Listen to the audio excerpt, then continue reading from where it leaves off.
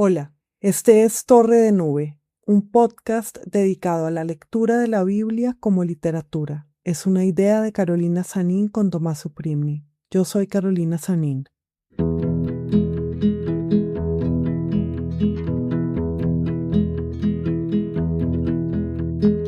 Mi fe de niño, ¿dónde está? Me hace falta, la deseo. Hola, espero que estén bien. Bienvenidas y bienvenidos a la sesión 11 o número 11 de nuestro podcast Torre de Nube. Esta es la última sesión. Nosotros grabamos 11 entrevistas y hay 11 monólogos míos que las acompañan y ya llegamos al final. Fue arduo y a veces daba mucha pereza y a veces daba mucha emoción. Sobre todo fue genial hablar con nuestros invitados y que aceptaran nuestra invitación y bueno, y saber que alguien nos oía. Gracias por haber estado oyéndonos. En esta última sesión vamos a hablar de comida. Va a ser una celebración de despedida. En la primera parte voy a hablar yo sobre la última cena y en la segunda voy a conversar con la escritora mexicana, la gran Alma Guillermo Prieto, sobre Jesús y la comida, los milagros de Jesús, las menciones que hace Jesús de comida y esa abundancia y ese placer y esa gracia.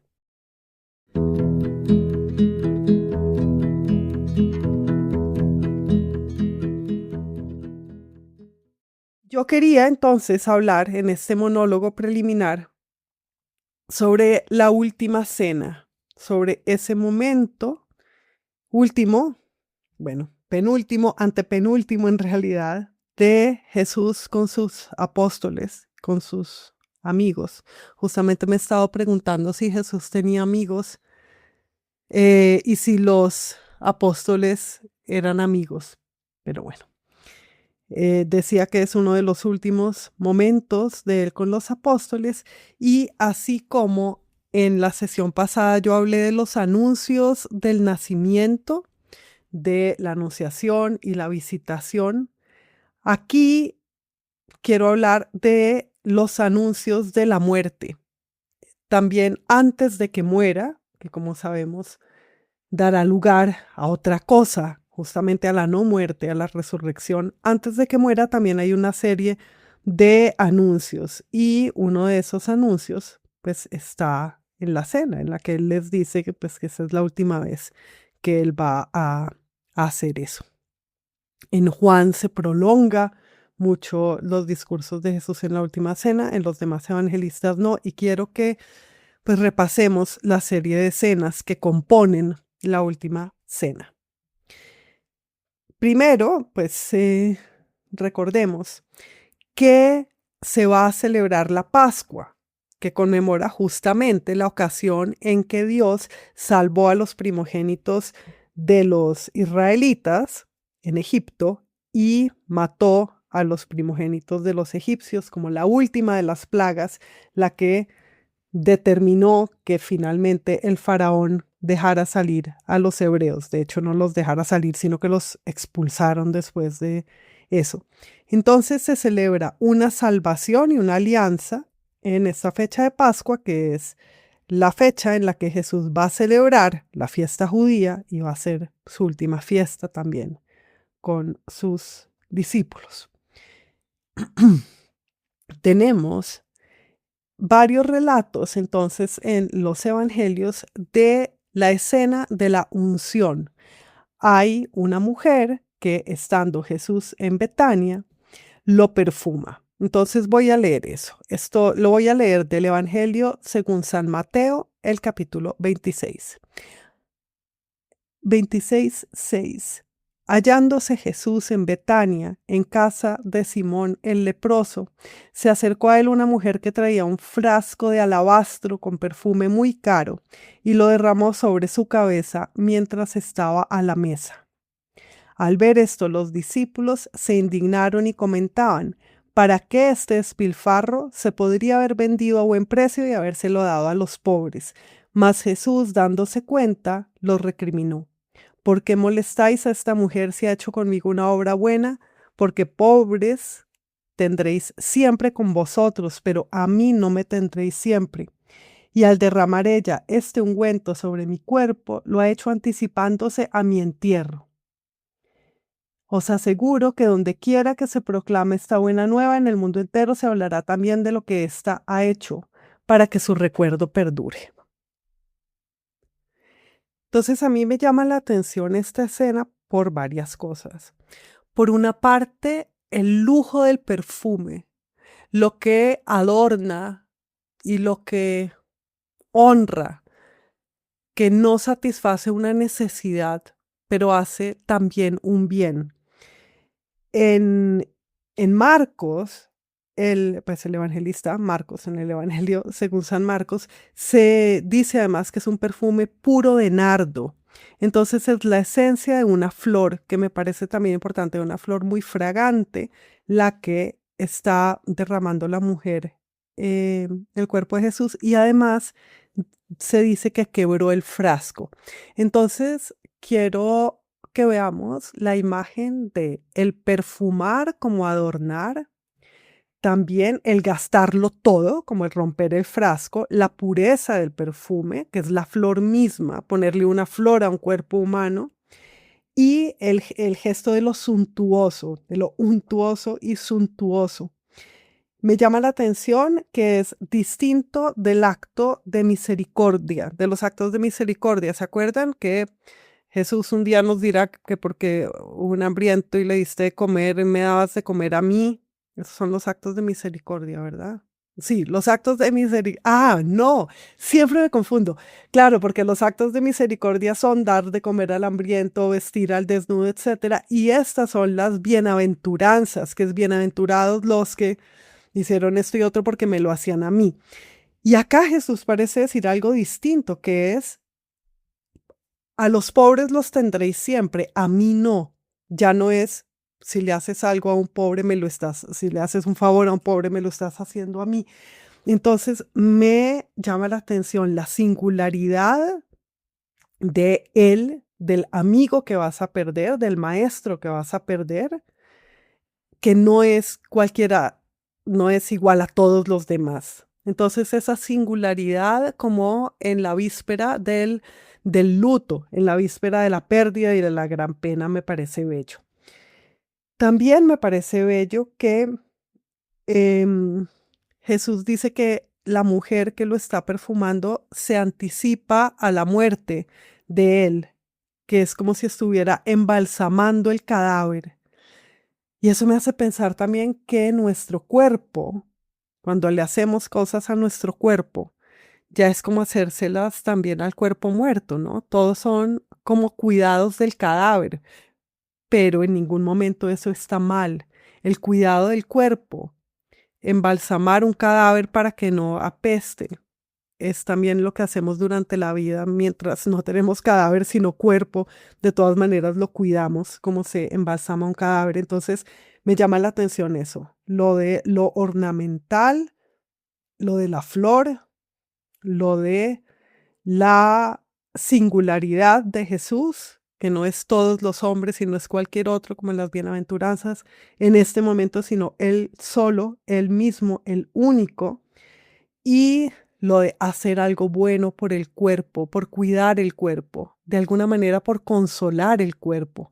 Estaba pensando yo que perfumar el cuerpo, ungirlo, ponerle aceites, ponerle cremas, es de alguna manera consolarlo porque el cuerpo es doliente, ¿no? Y es la parte mortal o la parte más inmediatamente mortal. Entonces, todo eso que uno le hace al cuerpo es visto desde este punto de vista de gran dulzura. Bien, el otro elemento que sigue a estos es el de la traición de Judas. Entonces quiero que veamos cómo en medio de esta celebración, que va a ser además la instauración de la Eucaristía, está la traición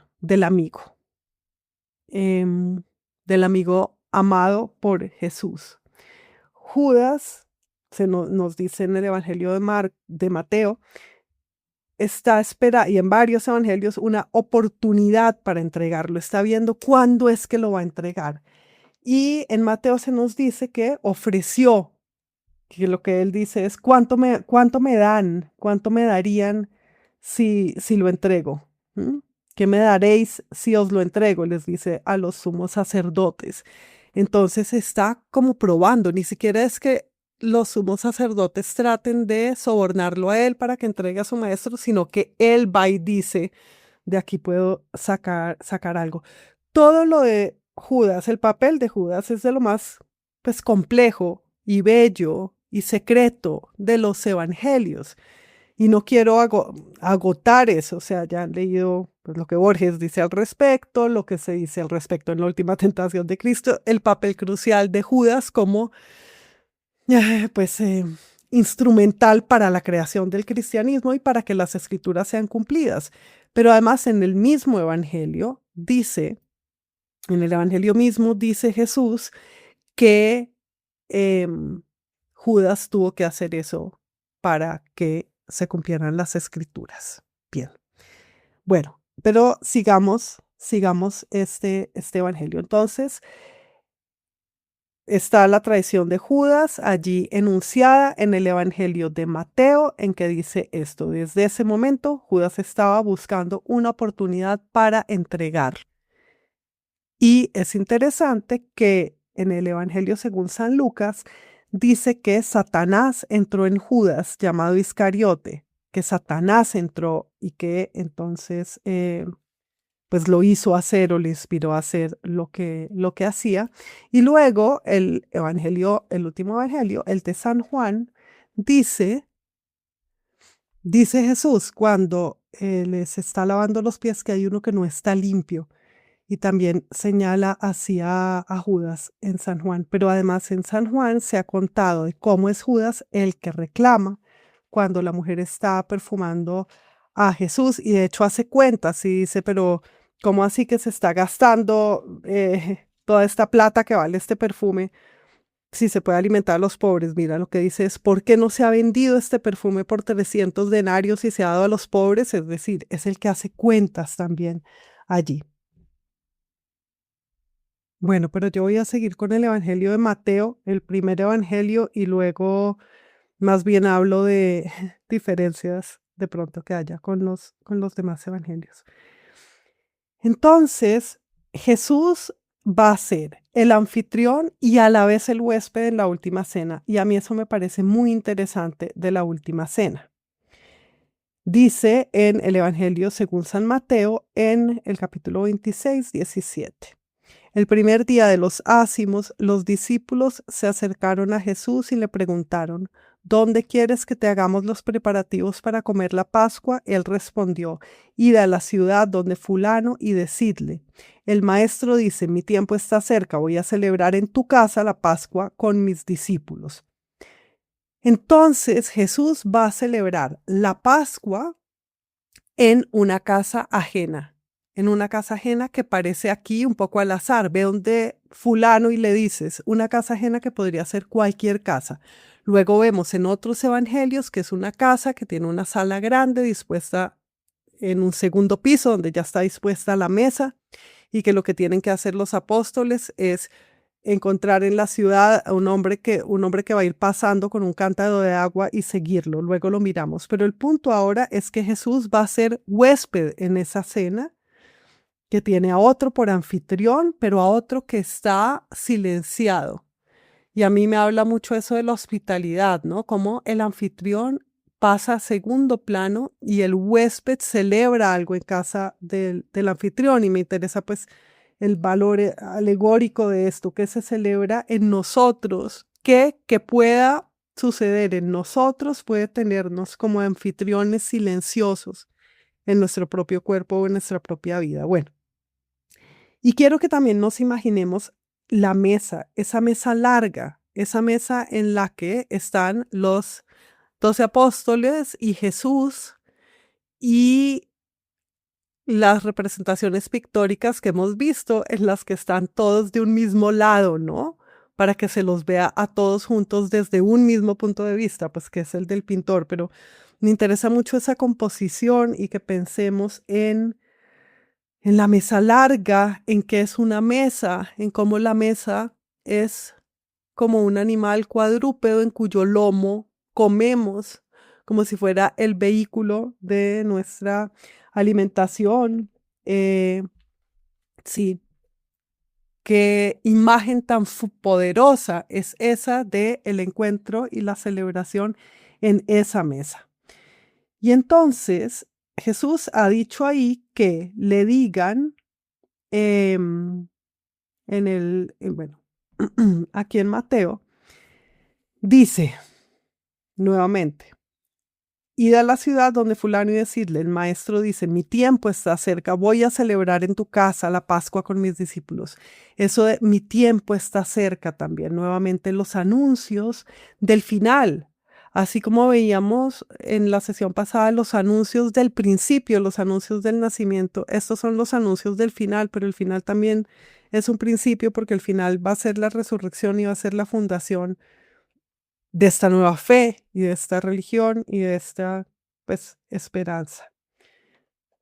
Bueno, al atardecer, nos dice todavía Mateo en el 26:20, se puso la mesa con los 12 y mientras comían, dijo Jesús, os aseguro que uno de vosotros me entregará.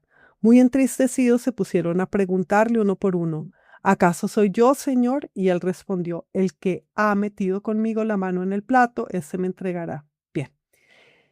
Y eso se cuenta de diversas maneras, pues con ligeras variaciones en los evangelistas. Y me interesa, uno, que en la mesa en la que están juntos, en la despedida, se hable traición. ¿Qué significa traición? Allí donde están todos juntos se dice que uno no es como los demás. Hay uno que tiene otro papel, hay uno apartado.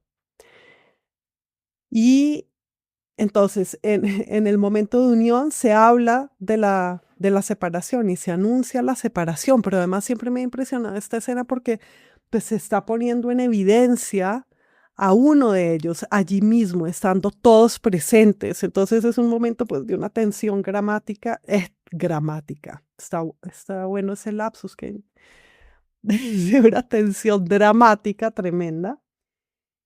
Y enseguida dicen, cada uno de ellos pregunta, ¿soy yo?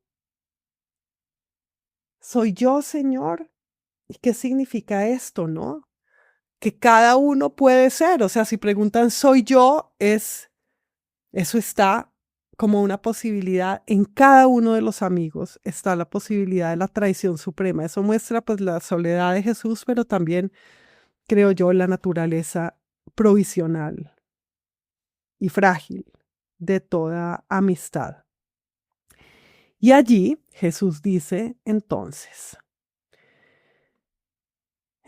dice, más le habría valido a ese hombre no haber nacido. Entonces preguntó Judas, el que iba a entregarle, ¿soy yo acaso, Rabí? Y Jesús le respondió, tú lo has dicho. Y esto que en la víspera de la muerte de Jesús, que es la resurrección, que de alguna manera también refleja el nacimiento por esto de los anuncios, Jesús diga que al que lo traicionó más le valdría no haber nacido.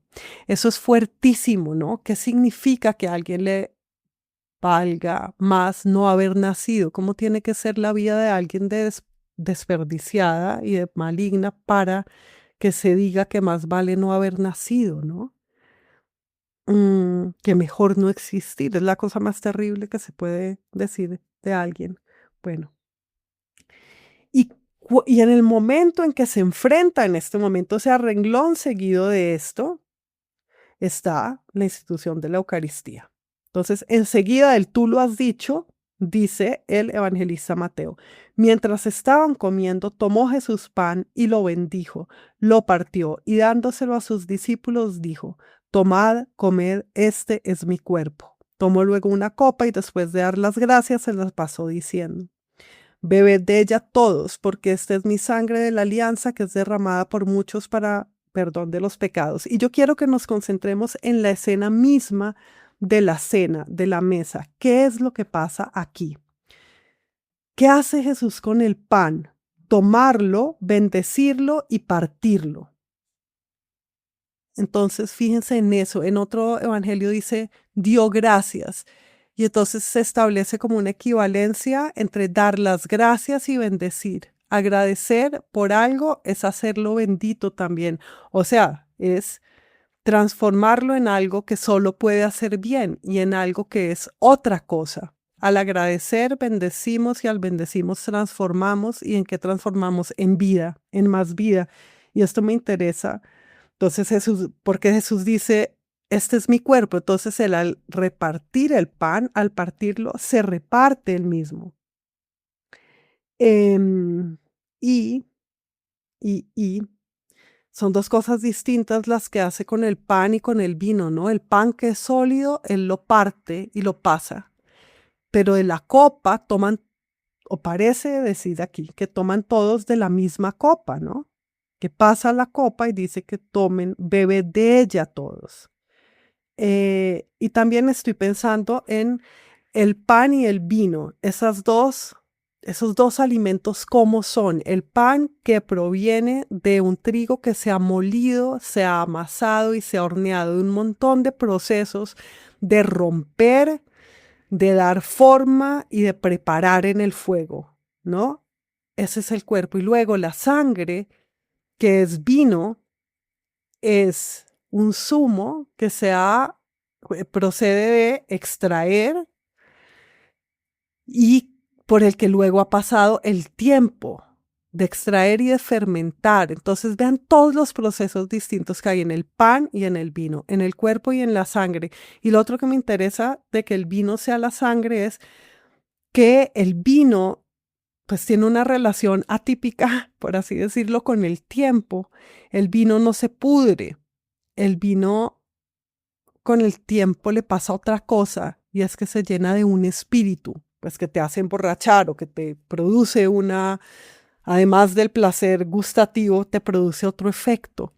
Entonces, la sangre y el vino es como si fuera el mismo tiempo, un efecto del tiempo que fluye. Por el pan desde luego también ha pasado el tiempo, pero es distinto, ¿no? Yo creo que el vino ya significa la resurrección, puesto que el vino es lo que no muere.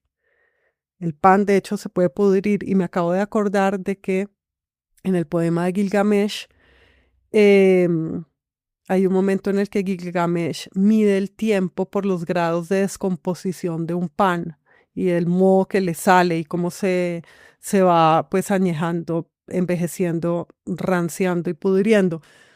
Y fíjate que en el vino el tiempo solo lo mejora y así lo transforma en otra cosa. El vino en todo caso es ya algo transformado antes de transformarse en sangre, ¿no? Bien. Quiero que pensemos también en qué es la traición, por qué es tan grave. Porque la traición es como que anula la vida misma y por eso es tan grave también el que traiciona y relaciono eso con lo que Jesús dice, más le valdría no haber nacido, porque cuando a uno alguien lo traiciona, uno siente que se equivocó desde el principio y que no vio lo que estuvo viendo. O sea que su tiempo se anuló, que todo lo que uno vivió con esa persona era mentira. Y entonces como que el tiempo no ha pasado, que sería el mismo caso de alguien que no hubiera nacido más bien. Entonces lo relaciono con la traición, ¿no? La traición que amenaza como la relación de uno con su propio corazón, como la relación de uno con su tiempo mismo. Y entonces allí está, en esa mesa, la traición de Judas, la traición del amigo amado, y el pan y el vino que se convierten en otra cosa. Y las tres cosas, la traición, el pan y el vino, hablan sobre el tiempo y la transformación y la relación con el tiempo. Bueno, vamos a repasar el mismo episodio en otros evangelios. En el Evangelio según San Marcos, cuando están haciendo los preparativos para la cena pascual o disponiendo los preparativos, dice así, en el capítulo 14 del Evangelio de San Marcos, el número 12. El primer día de los ácimos, cuando se sacrificaba el cordero pascual, le preguntaron sus discípulos a Jesús: ¿Dónde quieres que vayamos a hacer los preparativos para que comas el cordero de Pascua?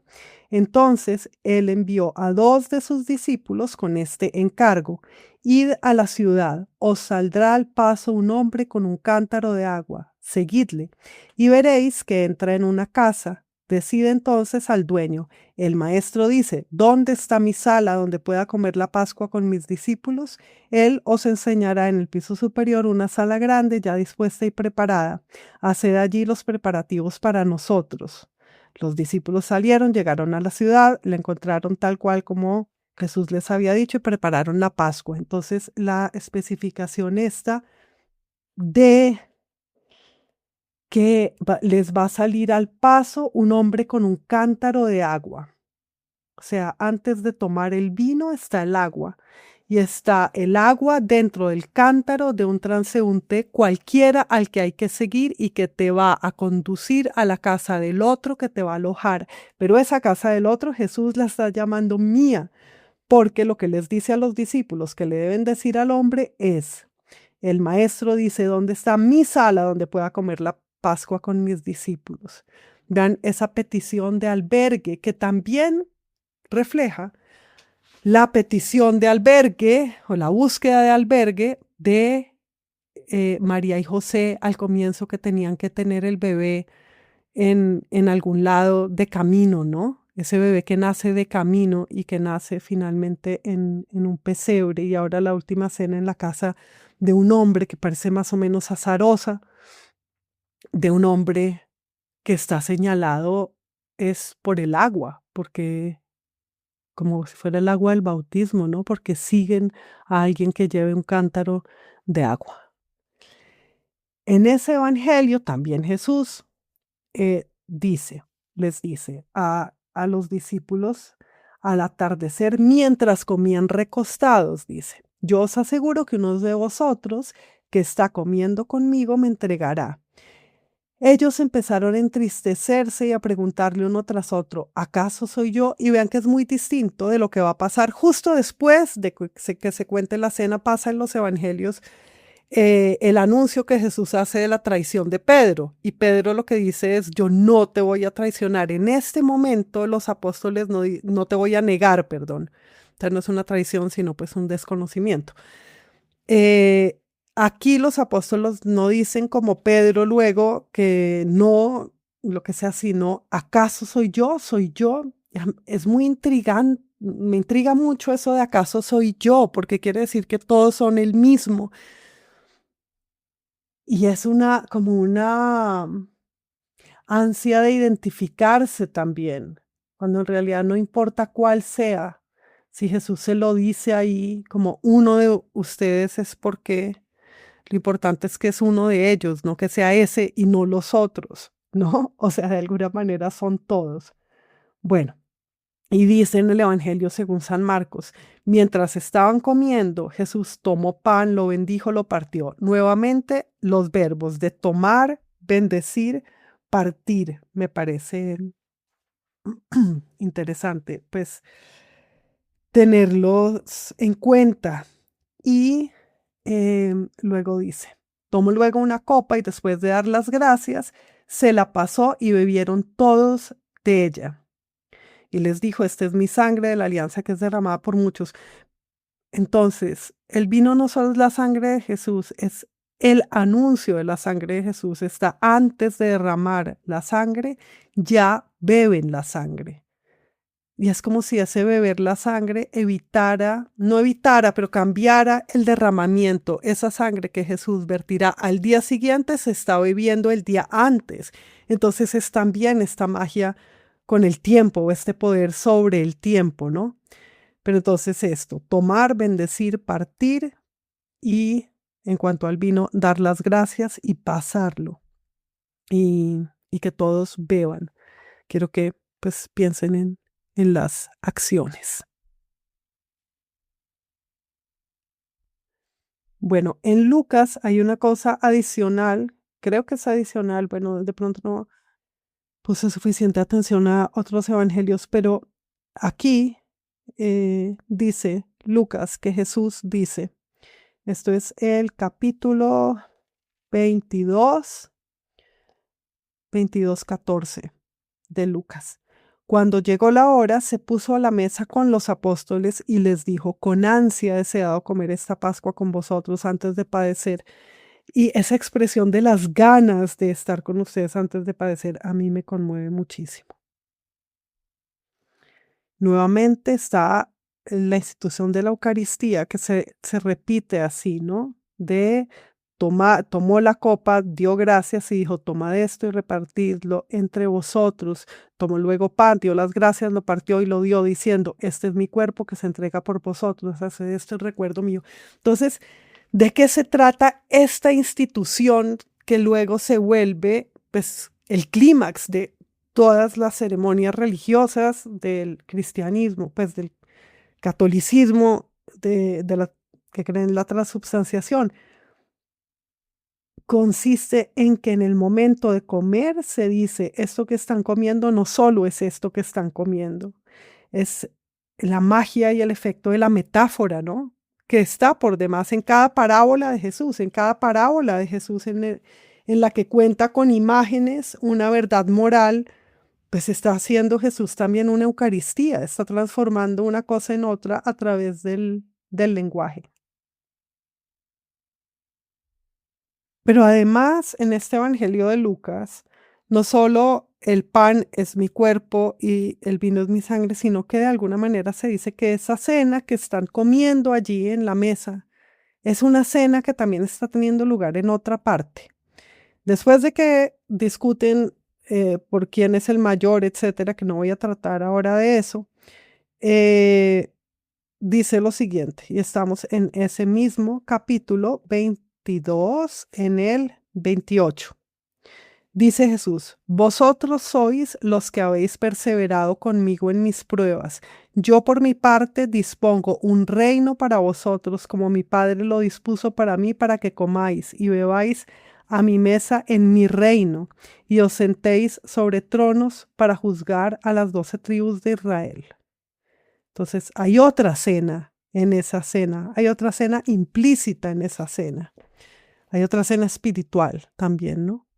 Y luego en el Evangelio, según San Juan, está otra cosa que es el lavatorio de los pies, que está bien interesantísimo porque vamos a estar en la última cena, en la Pascua del Cordero de Dios, en el misterio de la Eucaristía, en la despedida, y de repente lo que Jesús hace es lavarles los pies a los discípulos, pero me interesa la parte casi que es estética, plástica de la escena. Hay unas manos encima de la mesa.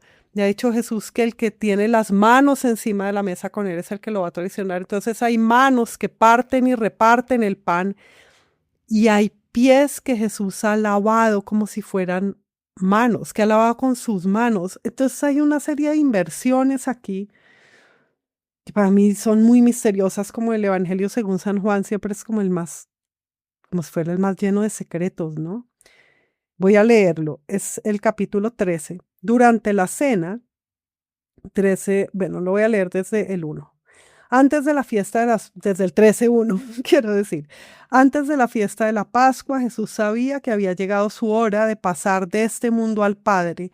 Él que había amado a los suyos que estaban en el mundo, los amó hasta el final. Y quiero interrumpir ahí un momento para decir también de este misterio, antes de que sepa que Judas lo ha vendido, antes de que lleguen a prenderlo, etcétera. Jesús ya sabe que es el final y ese es parte de su poder y su misterio, ¿no? Saber cuándo va a morir, no solo resucitar luego, sino saber cuándo va a morir, que es algo que solemos pasar por alto, que también es una singularidad de Jesús. Durante la cena, cuando ya el diablo había metido en el corazón a Judas Iscariote, entonces esto es súper interesante, ¿no? El propósito de entregarlo, o sea, también dice que el diablo influyó en Judas para entregarlo, que me gusta, porque Judas no es que fuera él un traidor, sino que en ese momento tuvo una tentación y este diablo que mete en el corazón un propósito, esta figura que muestra Juan, ese pues muy aterradora. Entonces, durante la cena, cuando ya el diablo había metido en el corazón a Judas Iscariote, hijo de Simón, el propósito de entregarlo, sabiendo Jesús que el Padre había puesto todo en sus manos y que había salido de Dios y a Dios volvía, se levantó de la mesa, se quitó sus vestidos y tomando una toalla, se la ciñó. Luego echó agua en una palangana y se puso a lavar los pies de los discípulos y a secárselos con la toalla con que estaba ceñido. Todo eso es muy específico. ¿Cómo agarra una toalla? Se la ciñe, que en la cintura, luego echa el mismo agua en la palangana y les va a lavar los pies y a secárselos desciñéndose con la toalla. O sea, ven cuántos movimientos del cuerpo y nos hace ver esos pies, ¿no? Y al llegar a Pedro, Pedro le dice, Señor, ¿cómo así? No, jamás no me vas a lavar los pies. Tú a mí lavarme los pies, le dice. Y Jesús dice, lo que yo hago tú no lo entiendes, ahora lo comprenderás más tarde. Y entonces, bueno, luego ya sabemos que Pedro le dice, Señor, no solo los pies, sino también las manos y la cabeza. Pues lo que quiero mostrar es cuánto cuerpo hay en esta última cena. Justo antes de la muerte, hay esta celebración del cuerpo, el perfume con el que la mujer unge a Jesús en Betania, los pies que Jesús lava, el comer, las manos, la cintura de Jesús con la toalla y para mí es muy emocionante, ¿no? Porque pronto pues va a venir el cuerpo dolorido de la pasión y acá parece que hay un cuerpo en el placer, en la última cena, incluso siendo el mismo momento de reconocer la traición, cenan. Entonces todo esto se trata también de que mientras uno está vivo, vive, ¿no? Bien. Luego, el Jesús de este episodio en Juan habla mucho y da una despedida muy larga que es importantísima. Es tal vez de lo más crucial del Evangelio. Estos capítulos 14 al 17 de Juan es de lo mejor de los Evangelios y no lo voy a repasar ahora porque ya no tenemos tiempo, pero Jesús habla del Espíritu Santo y creo que uno entiende mucho ese Espíritu Santo como promesa, como futuridad de la Trinidad cuando lee eso también. Y bueno, yo voy a dejar aquí esta sesión, esta parte de la sesión y todo nuestro podcast. Ese es el final. Espero que en algún momento pueda referirme con más cuidado y más detalle a los evangelios. Y bueno, hasta aquí hemos hablado de la Biblia como literatura, hemos examinado los textos, pero ustedes se han dado cuenta de que era un decir también, decir que explorábamos la Biblia como literatura.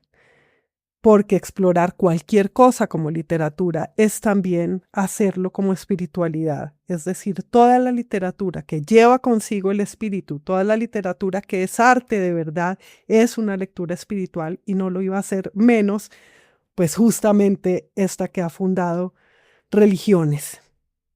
Creo que en la lectura literaria atenta y suficientemente curiosa siempre está la esperanza y siempre está este contacto con un más allá, con otro reino, con lo otro.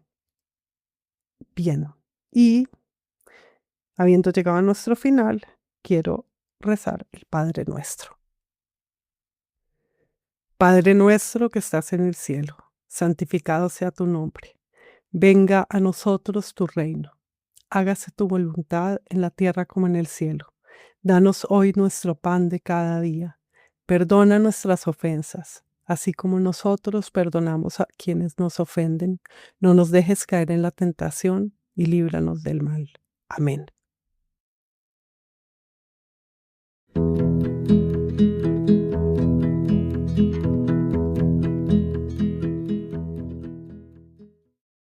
Bueno, llegamos al final y gracias por haberme oído hasta aquí con todos mis titubeos y mis dudas y mis repeticiones, mis muletillas y mis fallas.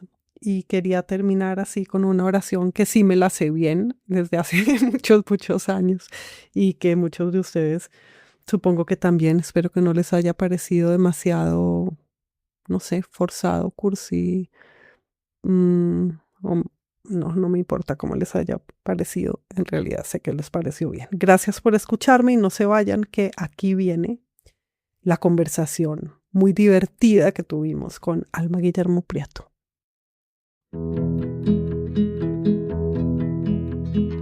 La edición y la asesoría son de Jorge Caraballo, el diseño gráfico de Nicolás Consuegra. La canción es 4 de Suárez, cantada por Rosario Blefari con letra de Rubén Darío.